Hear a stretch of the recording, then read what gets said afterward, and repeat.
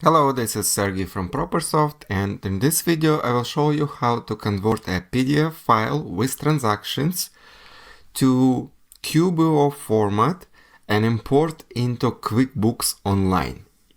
So first we're gonna need Proper Convert app. We go to ProperSoft.net and then click the download button. We install the app and start the app. And we'll select PDF file we would like to convert. So this PDF file, it's from Chase, and it has transactions for 2016. It has some deposits and it has some withdrawals.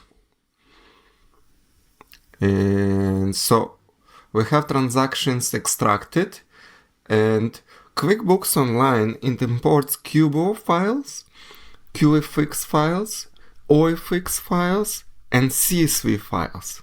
So QBO and OFX and QFX files have more details. They have like check number and payee name. So they carry more details compared to CSV files, but CSV files, in this case this one, it brings only description, date, amount, and description, but it gives you more freedom, like you can edit that CSV file, and you have more control but less details. So in this case, we will use QBO file to import into QuickBooks Online.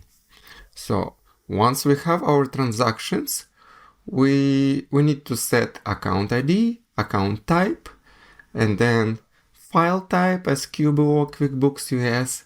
Then we need to set into bit value, and in our example, this is Chase Bank. So we can look for Chase and select this one. Look for lines that have CH and CC listed, and that's it. So because we're gonna import into QuickBooks Online, we don't need to use Open After Save because it's not actual app, it's actually website. So we just create a QBO file.